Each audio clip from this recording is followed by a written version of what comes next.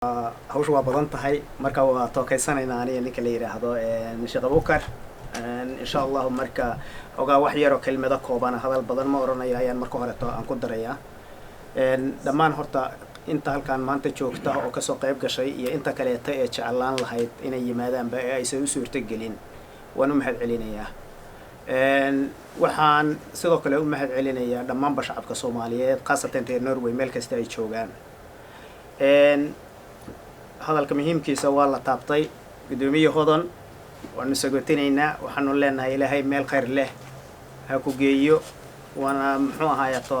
wixiisa doona runtii shaqadii quruxda badnayd ee maaragtay aad soo qabatay waa tabi doona si la mid ah inta doctorkuba uu gabayga dheer ka tiriyay macnaha ka soo jeediyay dhool waa soo dhaweynaynaa ayadana walaasheen iyo walaalaha kale ee cusub ee guddiga ku soo biiray waxaan rabaa si gooniya inaan ugu mahad celiyo walaalaha reer Koonfur Galbeed ee gurmadkan aan la galnay waxaan rabaa nala soo galayna garab istaagnaa si aan walaalaheena ugu wada gurmadno runtii waxaan leenahay ee gobolka Mumbai ka yimaadeen laakiin waa dad walaalaho aan u simannahay marka hawsha la qabanayana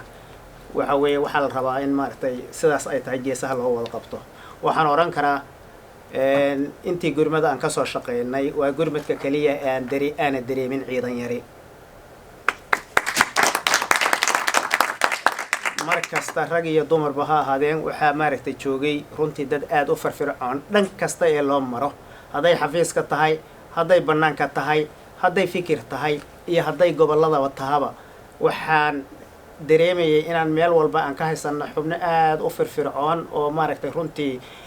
wixii gurmadka u baahnaa ah ka soo qaadka rabbi baa leh laakiin waxaan aad qalbigayga u taabto aan ugu faraxsanahay qaabka hawsha loo qabtay iyo muxuu ahaato sidii runtii maaragtay dadkaas ay gacan weyn uga geysteen jazakallahu khayr baan leeyahay aad baad u mahadsantihiin waxaan kaloo rabaa kelmad yar inaan ku jeediyo dhammaan inta meeshaan joogta xanaano waxaa la huwiyey ammaan aad u weyn bale walaalaha kamid ah wuxuu yiri gudoomiyaha muxuu ahaato xanaano horta waa ku mahadsantihiin ha hata guddiga gurmadka walaalihii kale ee gurmadiyada lala soo qabtay أحمد عوض وهريو معناها جودي جورمتك مراكز كل هرتا أمانة سوتشي حنا ندوش كسرتين هذه بدو ما سنتين شخصيا أنا أقول قدومي ما هي لكن وحنا هاي حوين كترسن جودي جورمت هاول وذن أو قابل السن أرنتان أنا كلاش قيسول لكن ركلته أضاق وعلص بارنتي حنا كدم بيا ومرت عوشة مامل كده هي وحي أي هوله مرت النفط دي أنا وحنا لنا هاي أشري حسنات الله كسيو waxaana kale oo rabaa inaan xusuusiyo waxaana qabanayaan wax ah shukran ala waajib laakiin wax qof gooniyo maarta sax loogu sameeyay inaysan ahayn in ay tahay muxuu ahaato intii yar ee la kari karay in maaragtay walaalaha Soomaaliyeed gacan looga geysto walaalkay Axmed Maxamed Sheekh Xasan wuxuu yiri aad buu maarta uga dardaarmo macnaha iyo dadka inta kale taba dhaqaalaha inay macnaha dadka walaalaha aan wax u gudbinayno dhaqaalaha soo ururinay ina horta waxaan ahayn wax hay'ad laga soo qaaday iyo muxuu ahaayaa dad jabab waaweyn ay bixiyeen walaalahaas aad u jeedaan wajigooda komba intay qaateen inay banaanka istaageen ay yiraahdeen ha lagu guro walaalahood ka soo qaadeen ayagoo wada walaalahood kaleeto waxa sidaas si la mid ah oo intaas oo kaleeta hawsha xanaano oo ah hawsha aqooneed oo sidaas la mid ah ku tiirsan walaalahaas baan ka soo qaadnaa waxaan u geynaa aqoon baahan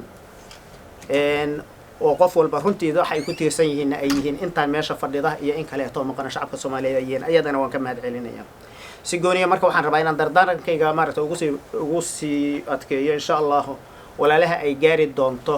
gurmadkaas waxaas yar la soo ururiyay ay gaari doonto runtii macluumaadna waan u soo diraynaa oo sidii nagula qurxoonayd ku wanaagsanayd ah ana jecelnahay inay maarta sida ay tahay u fuliyaan ayna sidii walaala ay sheegeen adeer Axmed uu ka soo bilaabay caawad inay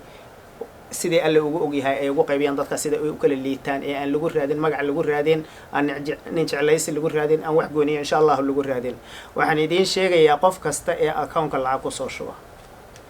ma ilaahay baa kugu og ma gaaraysa dadka masaakiinta asaas u yiraa kelmad culus inay tahay ayaan dareemayaa haddan ugu dambeysay gabar baa Bergen iga soo wacday lacagna soo dirtay kuwa kale tana ku maqan waxay tiri sidee baad u qaybinaysaan qaabkee baad u gaarsiinaysaan ma ilaahay baa idinkugu og dadkii baahidaas qabay inay gaari doonto midaas mid la mid ah waxaan ku oranaynaa walaalaha jooga meesha dhibka uu ka jiro walow aysan wax buuran ahayn inay dhaartaas ayagaan usii xambaarinaynaa inay muxuu ahaayta waajibaadkaas insha allahu ayaguna ay kasoo baxaan annagana ay naga ridaan muuqaalkeeda iyo macnaha wanaageeda loo qabtana insha allah ay dil noogu soo celiyaano walaalihii aan wax kasoo qaadnay si annaguna aan ugu qancino insha allahu taasna waan rajaynayaa intaas waxaa dheer ka sokow walaalaheenna